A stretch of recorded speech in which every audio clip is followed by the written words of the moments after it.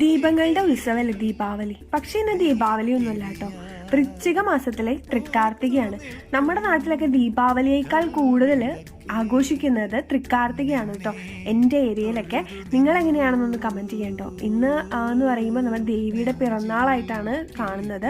അപ്പോൾ വീടുകളിലൊക്കെ വൈകുന്നേരം ത്രിസന്ധ്യ സമയമാകുമ്പോൾ വിളക്ക് വെച്ചതിന് ശേഷം നമ്മൾ ചിരാത് കത്തിച്ച് പ്രാർത്ഥിക്കും.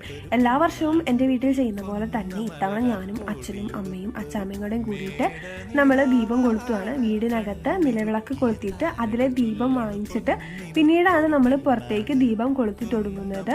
അങ്ങനെ മുഴുവൻ ദീപം വെച്ച് നമ്മൾ പ്രാർത്ഥിക്കും. നല്ല ഐശ്വര്യവും സമാധാനവും സന്തോഷമൊക്കെ ലഭിക്കാൻ വേണ്ടിയാണ് ഇങ്ങനെ ഒരു ചടങ്ങ് ചെയ്യുന്നത്. ഈ ദീപങ്ങൾ വൃശ്ചിക മാസത്തിലെ തൃക്കാർത്തികയ്ക്ക് നമ്മൾ കത്തിക്കാൻ എടുക്കും ചിരാത്. അതിനുശേഷം അത് ക്ലീൻ ചെയ്ത് വെച്ചിട്ട് പിന്നെ അടുത്ത വർഷത്തെ തൃക്കാർത്തികയ്ക്കാട്ടോ പിന്നീട് ഇതൊക്കെ പുറത്തേക്ക് എടുക്കുന്നത്. ഇന്നത്തെ ദിവസമാണെങ്കിൽ രാവിലെ തൊട്ട് മഴ തുടങ്ങിയതാട്ടോ. അപ്പോൾ വൈകുന്നേരം ആയപ്പോൾ മഴ മാറിയില്ല, ചാറ്റൽ മഴ ഉണ്ടായിരുന്നു.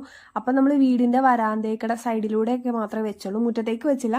പിന്നെ നമ്മൾ തുളസി തറയിൽ കുറച്ച് വെച്ചു. നമ്മൾ ഫുള്ള് ദീപം കത്തിച്ചതിന് ശേഷമുള്ള കാഴ്ചയാട്ടോ നിങ്ങൾ കാണുന്നത്.